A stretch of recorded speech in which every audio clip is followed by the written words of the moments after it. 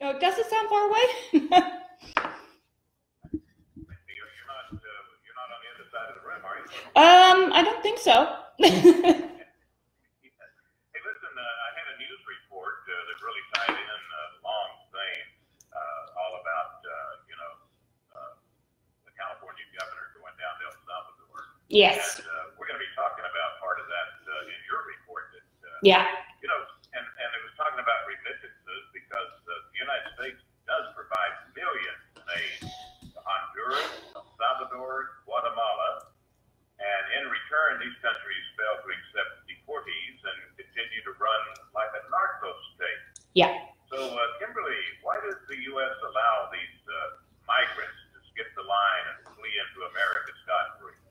Well, right now, I think what you're seeing is, they've decided that the easiest way to get to this country now is to rush the border, in essence, by just overwhelming the personnel that's on the border. So when you look at people who do this day in and day out, they're seeing like double, triple, quadruple the numbers that they're used to seeing.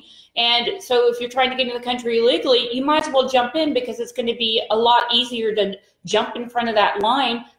Because primarily, in Yuma, for instance, over the weekend, they said they're releasing all of these people that they're detaining that they don't see, serious criminal charges in their backgrounds, but we don't know who they are exactly. But in any event, they're doing this because they said that we simply have no more room. We can't care for these people anymore, and they're releasing them to the communities. And now you've got communities along the southern border that are overwhelmed with medical treatment, with education needs, with translators that they don't have, and you're seeing a real crisis at the border right now. So I mean, technically, this is a real crisis at this point.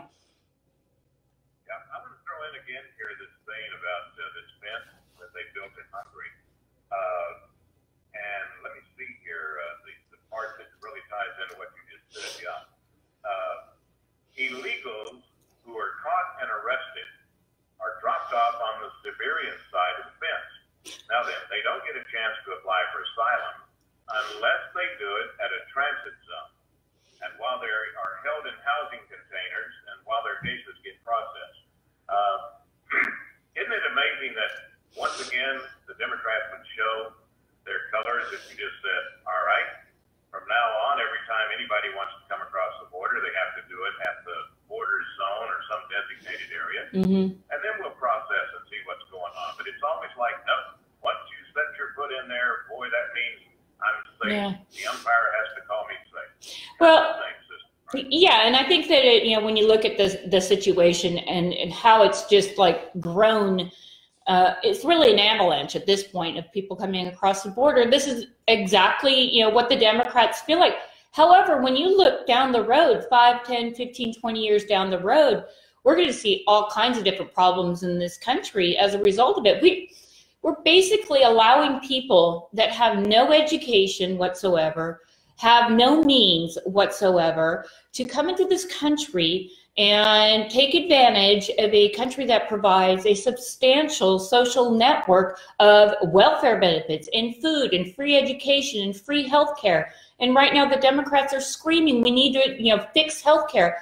Well, what do they think all of these people doing here are going, what's the burden on the health system going to be once these people are all allowed in the country and effectively released, because we can't hold them in one place for more than a few days. So, I mean, it's going to create more problems. And I just, when you look at the totality, I guess, of the situation, you're seeing that there's going to be some big issues coming down the road in 5, 10, 15 years.